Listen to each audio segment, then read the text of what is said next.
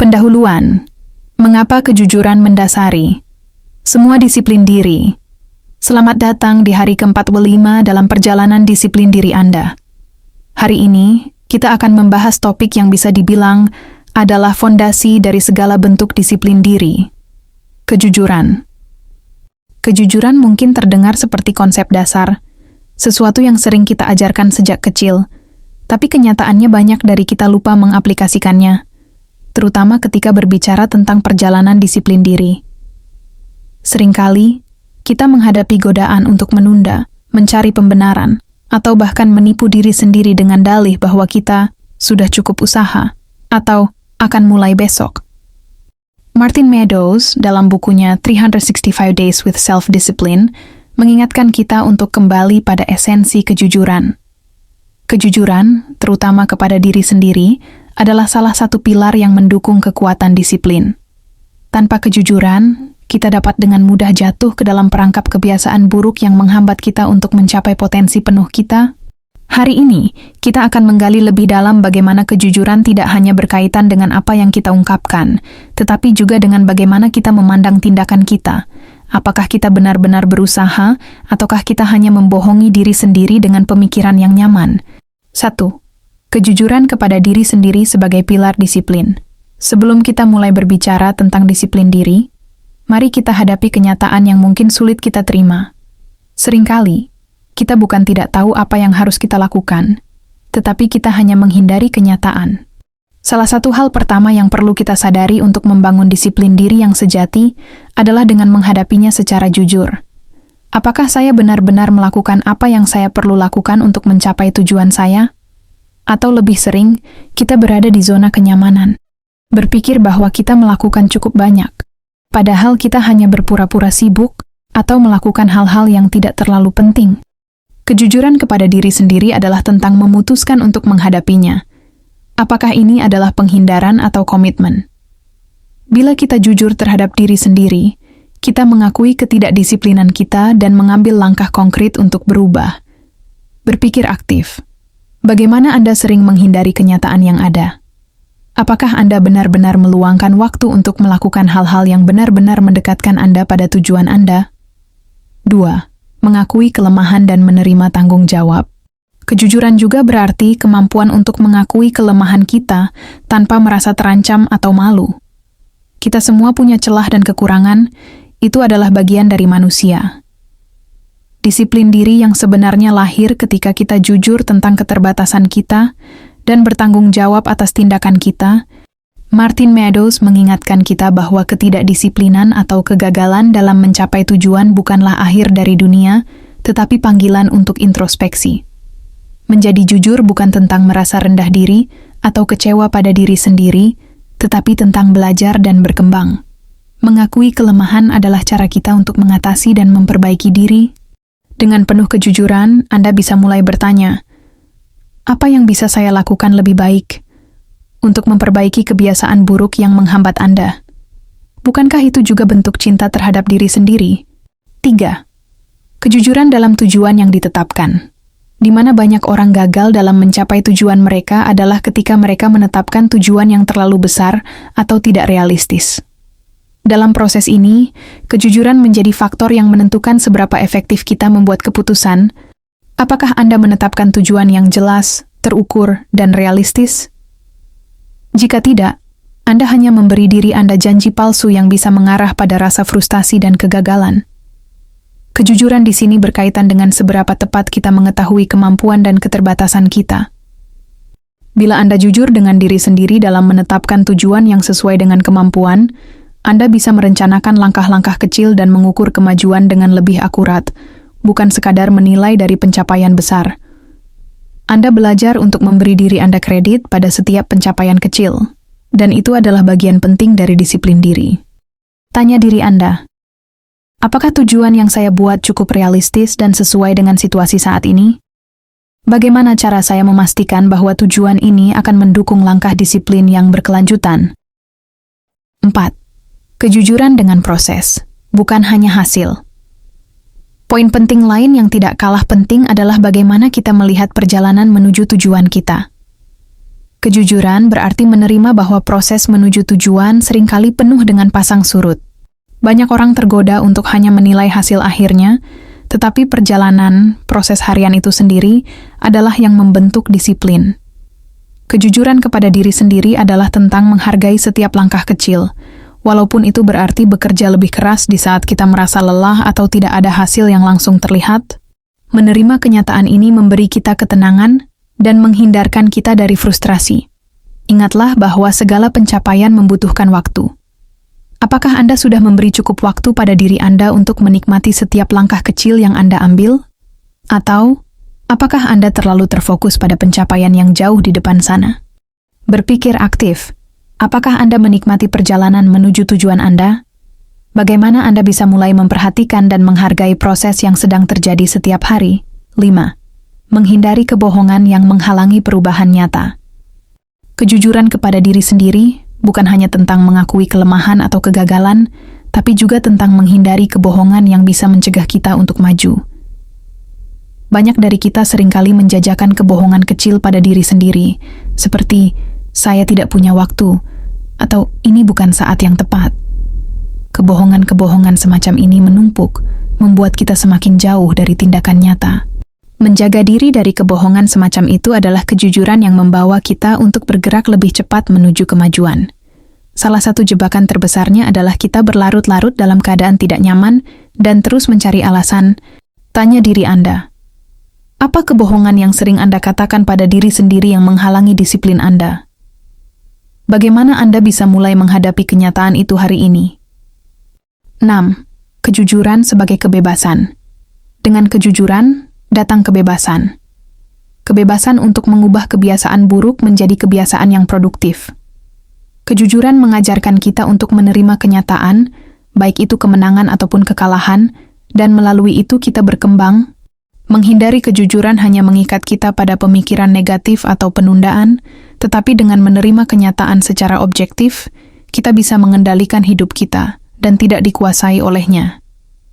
Berpikir aktif. Apakah Anda merasa lebih bebas setelah menerima kenyataan tentang diri Anda sendiri? Bagaimana kebebasan itu memberi dorongan kepada disiplin yang lebih kuat dalam hidup Anda? Kesimpulan, kejujuran sebagai dasar kesuksesan yang berkelanjutan. Dalam perjalanan disiplin diri Anda, hari ini adalah momen penting untuk meresapi bahwa kejujuran adalah bahan bakar untuk semua perubahan besar. Disiplin hanya bisa bertahan jika dibangun di atas dasar yang kuat, dan tidak ada dasar yang lebih kuat daripada kejujuran kepada diri sendiri. Kejujuran membawa kita lebih dekat kepada tujuan, dengan cara yang lebih autentik, lebih realistis, dan lebih bijaksana. Ia membantu kita berdamai dengan kegagalan dan kesalahan, serta memberikan kekuatan untuk bangkit kembali dengan tekad yang lebih kuat. Aksi sekarang. Hadapi diri Anda dengan jujur hari ini. Tanyakan kepada diri Anda, apa yang sudah Anda hindari? Apa kebohongan yang sudah cukup lama Anda biarkan? Kejujuran adalah langkah pertama yang akan membawa Anda ke langkah besar selanjutnya dalam perjalanan ini. Kejujuran adalah kebebasan, kekuatan, dan langkah pertama untuk disiplin diri yang sejati. Apa yang akan Anda lakukan dengan kebenaran hari ini? Hari ke-46. Melihat ketakutan di wajah. Pendahuluan. Menghadapi ketakutan sebagai langkah awal menuju perubahan. Selamat datang di hari ke-46 perjalanan disiplin diri Anda. Di hari ini, kita akan membahas sesuatu yang sangat kuat dan fundamental dalam pengembangan diri, melihat ketakutan di wajah. Ketakutan adalah salah satu penghalang terbesar yang bisa kita alami dalam perjalanan menuju tujuan dan impian kita.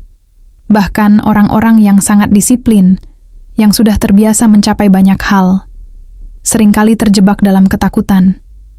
Ketakutan adalah mekanisme pertahanan alami kita, tapi kadang-kadang ketakutan itu mengendalikan kita dengan cara yang sangat merugikan.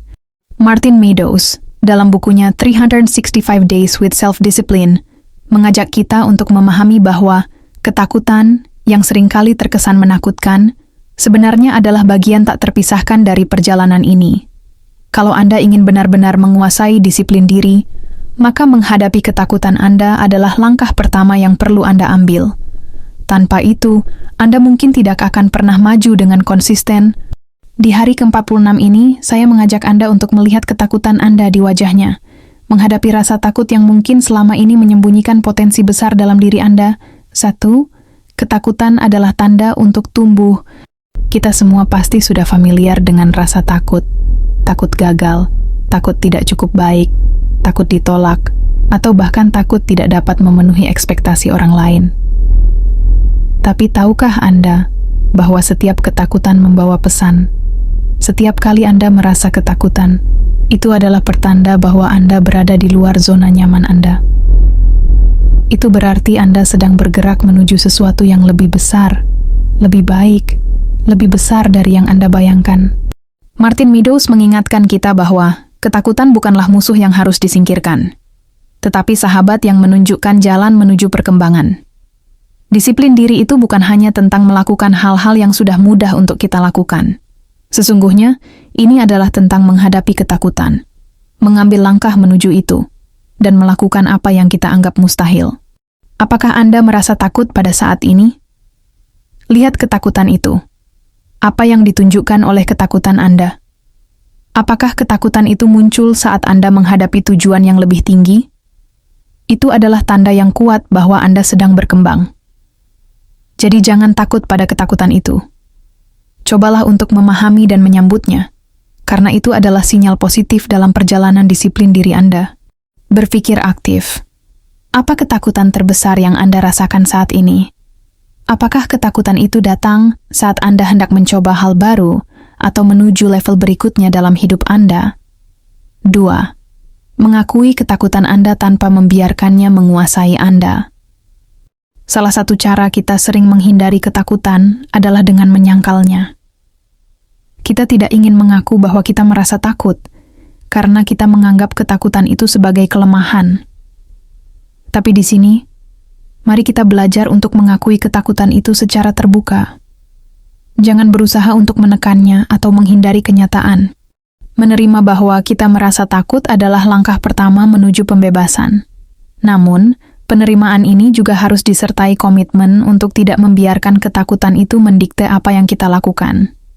Kita harus memilih untuk terus bergerak meskipun merasa takut.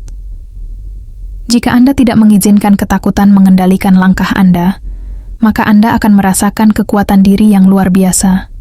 Martin Meadows menyarankan untuk selalu menyelidiki ketakutan kita dengan penuh keterbukaan. Apakah ketakutan ini benar-benar sesuai dengan kenyataan? Apa yang sebenarnya menahan kita? Mungkin ketakutan kita adalah hasil dari masa lalu atau pengalaman yang telah berlalu, dan kita membawanya tanpa alasan yang jelas. Tanya diri Anda, apa yang terjadi jika saya berhenti menghindari ketakutan ini? Apa yang dapat saya capai jika saya mengambil langkah kecil pertama, meskipun merasa takut? 3. Menggunakan ketakutan sebagai katalis untuk tindakan. Ketakutan bisa menjadi bahan bakar yang mendorong kita maju. Namun, kita sering merasa ketakutan itu menghalangi kita untuk bertindak. Alih-alih mundur, ketakutan harus kita gunakan sebagai pemicu yang justru mempercepat langkah kita. Jika Anda merasa takut berbicara di depan umum, itu bukan alasan untuk menghindari melakukannya. Sebaliknya, itu adalah panggilan untuk meningkatkan keberanian dan mengasah keterampilan. Pikirkan ini. Setiap kali Anda melewati ketakutan Anda semakin memperkuat disiplin diri Anda.